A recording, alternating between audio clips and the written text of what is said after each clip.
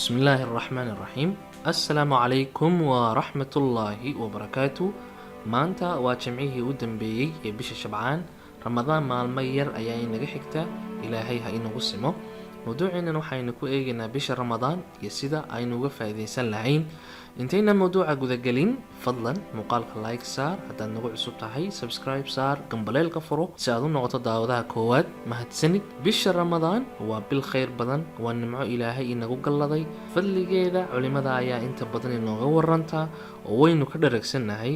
soo dhaweynta bisha Ramadaan si ballaaran ayaynu ugu diyaar garownaa xaafadaheenu, iyadoo oo weel iyo maacuun badan la soo iibinayo, cunto badan oo kala noocyo ah guriga la soo dhigayo, guriga iyo jawigiisa la qurxinayo.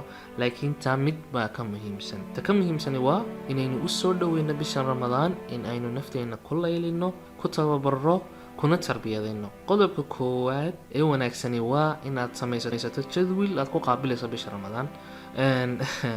youtube-ka badanaa waxaynu ku aragnaa my daily routine iyo my night routine. waa inaad samaysataa my Ramadan routine, samayso jadwal aad ku qaabilayso bisha Ramadaan, hadday tahay cibaado, wax akhris iyo cilmi kororsi. qodobka ugu muhiimsan ee bisha Ramadaan aan uga faa'iideysan karnaa waa inaynu nafteena ku tababarro inay yeelato kuna sifoodo dhaqamo iyo caadooyin wanaagsan, sida akhrinta qur-aanka iyo adkaarta oo runtii barakadooda wata, maalintaada kuu qurxinaya, deganaansho iyo xasilooni aad ka helayso, ilaahayna balaayooyinkaaga xijaabiya hadday tahay il iyo sixirba. sidoo kale salaadaha jamcu hadday kugu adkaayeen, inaad aado waa fursad wanaagsan oo aad nafta ku bari karto inaad masaajidka ku xidho, inaad nafta barto inay habeenkii salaatuleyl tukato. haba yaraatee salaatuleylshuna runtii inaad saqda dhexe kacda waa wanaagsan tahay, laakiin bacdal cishaha ayay ka bilaabantaa. maadaama oo shayaadiintii la xidhxidhay, bulshadoo dhammina dhinaca khayrka u wada jeedaan way yar tahay, cid xagga xumaanta ku riixaysaa. waxaa fududaanaysa inaad wanaagyada badan aad samayso ee aad ku wanaajinayso xidhiidhka ilaahay iyo adiga idin dhexeeya.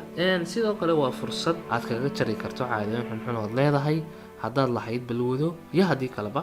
sidoo kale duubitaanka fiidiyoyada tiktok-ga iyo snapchat-ka iyadoo la ciyaarayo ay dhalinyarteena soo duubto, runtii waa dhaqan aada u liita, qofnimadaada iyo qiimahaaga hoos u dhigaya. wax caadiyana ayaa aynu noqotay runtii. followers badan baad haysataa, waa sax. ku dadaal inaad bulshada wax anfacaya u soo gudbiso oo adduunkaaga iyo aakhiradaadaba kor kuu qaadaya. runtii waxay nahay bulsho burbursan, dhinac walba ka burburtay. waad garan kartaa wax aad ku wanaagsan tahay. tusaale ahaan, hadday cunto karin tahay, haddii ay xirfado kale tahay, runtii waad ku soo gudbin kartaa aqoon aad leedahay, xirfadaad leedahay, waayo aragnimo aad leedahay. waxaad ku wanaagsan tahay waad soo gudbin kartaa. runtii dhaqankan aadka u liita ee ah inaynu tiktok-ga iyo youtube-ka aynu kusoo gudbino wax maalayaanaya oo aan nafteena iyo aakhiradeenaba waxbayna tarayn, waxay kuu dhimaan mooye.